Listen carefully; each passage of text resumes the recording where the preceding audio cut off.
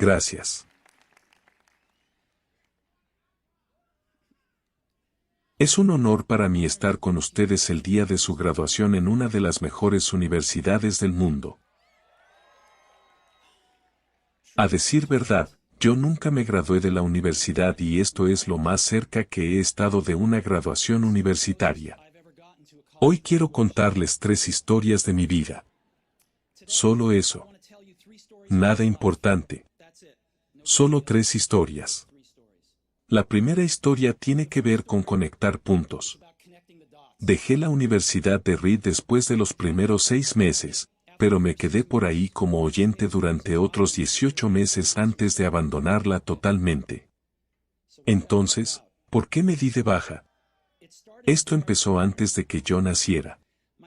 Mi madre biológica era una estudiante joven y soltera que decidió darme en adopción. Su deseo era que me adoptaran personas graduadas de la universidad, así que todo estaba planeado para que yo fuera adoptado por un abogado y su esposa. Sin embargo, cuando yo nací decidieron de último momento que en realidad lo que querían era una niña. Así que mis padres, que estaban en una lista de espera, recibieron una llamada a medianoche que decía, «Tenemos un niño que no esperábamos, ¿lo quieren?». Contestaron, «Por supuesto». Más tarde mi madre biológica descubrió que mi madre nunca se graduó de la universidad y que mi padre nunca se graduó de la preparatoria. Se negó a firmar los últimos papeles para la adopción. Se dio unos meses después, cuando mis padres le prometieron que yo sí iría a la universidad. Este fue el comienzo de mi vida. 17 años más tarde, fui a la universidad. Ingenuamente escogí una escuela que era casi tan cara como Stanford, y todos los ahorros de mis padres de clase trabajadora los estaba gastando en mi educación universitaria. Después de 6 meses, yo no le encontraba ningún valor. No tenía idea de lo que quería hacer con mi vida y no tenía idea cómo la universidad me iba a ayudar a descubrirlo. Y aquí estaba yo, gastando todo el dinero que mis padres habían ahorrado durante toda su vida. Así que decidí salirme, confiando en que todo resultaría bien. Me dio un poco de miedo en ese momento, pero mirando hacia atrás, fue una de las mejores decisiones que he tomado. En el instante que me di de baja pude dejar de asistir a las clases que no me interesaban y atender aquellas que parecían interesantes. No era del todo idílico. No tenía un dormitorio, así que dormía en el suelo de la habitación de mis amigos, retornaba botellas de Coca-Cola a cambio de 5 centavos por lata para comer y recorría a pie los 10 km que atraviesan el pueblo, todos los domingos por la noche para obtener una buena cena a la semana en el templo Hare Krishna. Me encantaba. Y mucho de lo que me topé saciando mi curiosidad e intuición, se convirtió después en algo valiosísimo. Les daré un ejemplo. La Universidad Reed ofrecía en ese momento tal vez la mejor educación en caligrafía del país. A lo largo de todo el campus, todos los pósters, las etiquetas de todos los dibujos tenían una caligrafía manual perfecta. Como yo ya me había dado de baja y no tenía que tomar las clases normales, decidí tomar la clase de caligrafía para aprender a hacerlo. Aprendí sobre tipografía serif y sans serif, sobre la variación de espacios entre las diferentes combinaciones de letras, acerca de qué es lo que hace que una excelente tipografía sea excelente.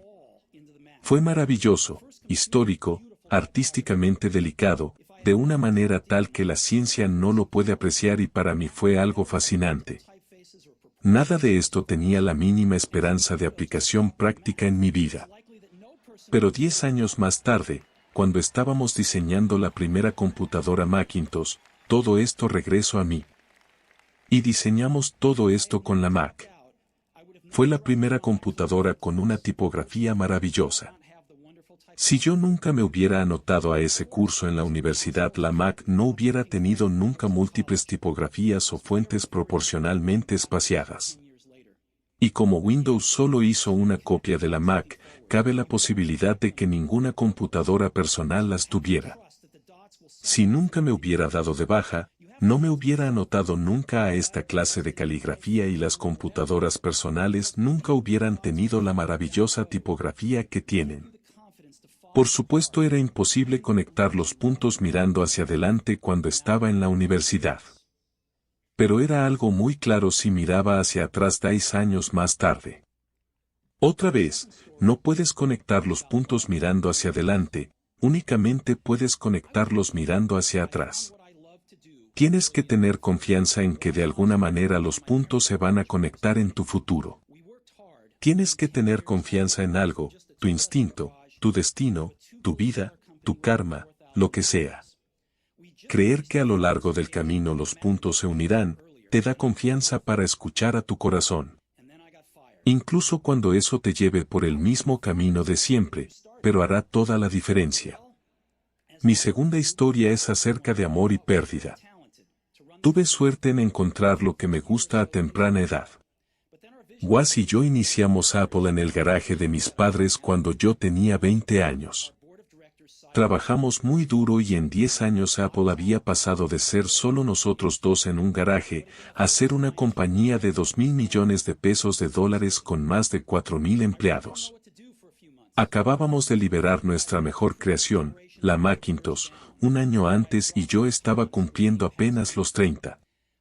Después me despidieron. ¿Cómo te pueden despedir de una compañía que tú fundaste? Bueno, al crecer Apple contratamos a alguien que yo pensé tenía mucho talento para dirigir la compañía conmigo y durante el primer año, más o menos, las cosas iban bien. Pero después, nuestras visiones del futuro empezaron a divergir y eventualmente tuvimos una discusión. En ese momento, nuestro consejo de directores estuvo de su lado. Así que a los 30 yo estaba fuera. Muy públicamente fuera. Lo que era el centro de toda mi vida adulta, se había ido y fue devastador. En realidad durante varios meses no supe qué hacer. Sentía que le había fallado a la generación previa de emprendedores, que había tirado la estafeta cuando era mi turno. Me reuní con David Packard y Bob Noyce y traté de disculparme por haberlo estropeado todo. Era un fracasado público e incluso pensaba escaparme del valle. Pero poco a poco fui cayendo en la cuenta. Aún amaba lo que hice. El giro de los acontecimientos en Apple no logró cambiar eso. Fui rechazado, pero aún estaba enamorado. Así que decidí volver a empezar. No lo vi en ese momento, pero resultó que el haber sido despedido de Apple fue lo mejor que me pudo haber pasado. El peso de ser exitoso fue reemplazado por la luz de volver a ser un principiante, menos seguro de todo. Me dio la oportunidad de entrar a uno de los periodos más creativos de mi vida. Durante los siguientes 5 años, empecé una compañía llamada Next, otra compañía llamada Pixar y me enamoré de una maravillosa mujer que se convertiría en mi esposa. Pixar se dedicó a crear el primer largometraje del mundo animado por computadora, Toy Story, y ahora es el estudio de animación de mayor éxito en el mundo. En un sorprendente vuelco de eventos, Apple compró a Next, yo regresé a Apple y la tecnología que desarrollamos en Next es el corazón del actual renacimiento de Apple. Y Laureen y yo tenemos una maravillosa familia juntos. Estoy seguro que nada de esto hubiera pasado si no me hubieran despedido de Apple. Fue horrible probar la medicina, pero creo que el paciente la necesitaba. A veces la vida te pega en la cabeza con un ladrillo. No pierdan la esperanza. Estoy convencido que la única cosa que me mantuvo a flote fue que amaba lo que hacía. Tienen que encontrar lo que aman. Y esto es tan cierto en su trabajo como lo es con sus amantes. Su trabajo va a llenar gran parte de sus vidas y la única manera de estar verdaderamente satisfecho es hacer lo que crean que es un gran trabajo. Y la única manera de hacer un gran trabajo es amar lo que hacen. Si aún no lo encuentran, sigan buscando. No descansen. Como con todo lo del corazón, ustedes sabrán cuando lo encuentren. Como toda buena relación, mejora y mejora al pasar de los años. Así que sigan buscando. No se rindan. Mi tercera historia es acerca de la muerte. Cuando tenía 17 años, leí una cita que decía algo así: si vives cada día como si fuera el último, es probable que algún día tengas razón. Me impresionó mucho y desde entonces, durante los últimos 33 años, cada mañana me miro al espejo y me pregunto, si hoy fuera el último día de mi vida, me gustaría hacer lo que estoy a punto de hacer hoy. Y cuando la respuesta ha sido no por varios días seguidos, me doy cuenta que tengo que cambiar algo. Recordar que pronto voy a estar muerto, es la herramienta más importante que he encontrado para ayudarme a tomar las grandes decisiones de mi vida. Porque casi todas las expectativas externas, todo el orgullo, el miedo a la vergüenza o a fallar, son cosas que desaparecen frente a la muerte, dejando latente lo verdaderamente importante. Recordar que vas a morir es la mejor manera que conozco, para evitar caer en el pensamiento de que tienes algo que perder.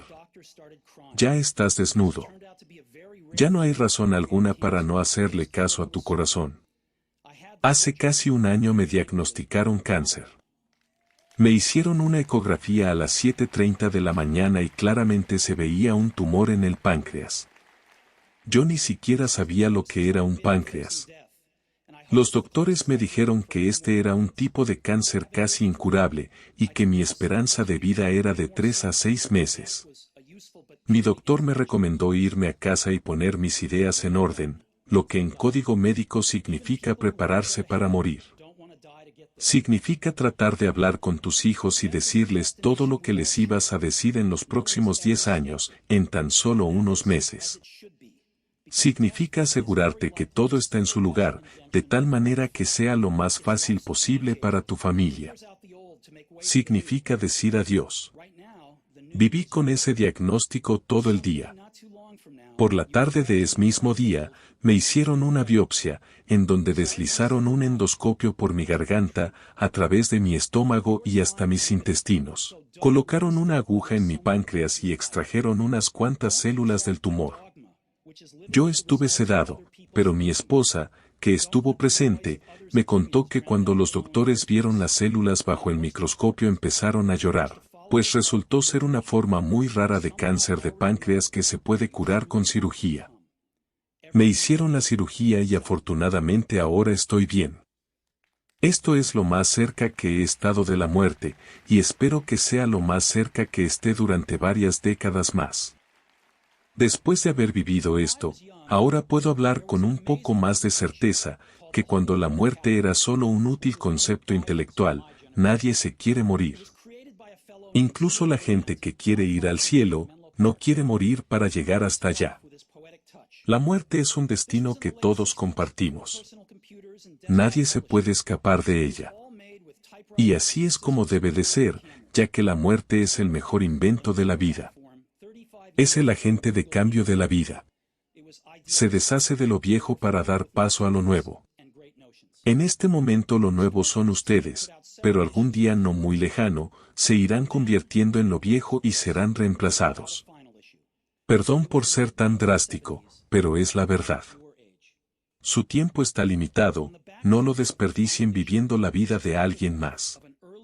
No se dejen atrapar por el dogma de vivir con los resultados del pensamiento de otras personas. No permitan que el ruido de la opinión de otros apague su propia voz interna. Y lo más importante, tengan el coraje de seguir a su corazón y a su intuición. De alguna manera ellos saben lo que ustedes quieren ser. Todo lo demás es secundario. Cuando yo era joven, había una publicación increíble que se llamaba The Whole Earth Catalog, Catálogo de toda la Tierra, que era una de las Biblias de mi generación. Fue creada por un tipo llamado Stuart Brand, no lejos de aquí, en Menlo Park y le dio vida con su toque poético. Esto fue a finales de los años 60, antes de las computadoras personales y de la autoedición, así que todo se hacía con máquina de escribir, tijeras y cámaras Polaroid. Era como un Google en formato rústico, 35 años antes de que Google apareciera, era idealista, rebosaba de cuidadosas herramientas y grandes conceptos. Stewart y su equipo sacaron varias ediciones de The Whole Earth Catalog y cuando llegó su momento, decidieron publicar el último número. Fue a mediados de los años 70 y yo tenía la edad de ustedes. En la contraportada de este último número había una fotografía de un camino campestre en las primeras horas de la mañana, el tipo de camino en el que se podrían encontrar ustedes caminando si fueran así de aventureros. Bajo la foto estaban las palabras, sigue hambriento. Sigue alocado. Era su último mensaje a manera de despedida. Sigue hambriento. Sigue alocado. Siempre he deseado eso para mí. Y ahora que se gradúan para empezar de nuevo, es lo que yo les deseo. Sigan hambrientos. Sigan alocados. Muchas gracias a todos.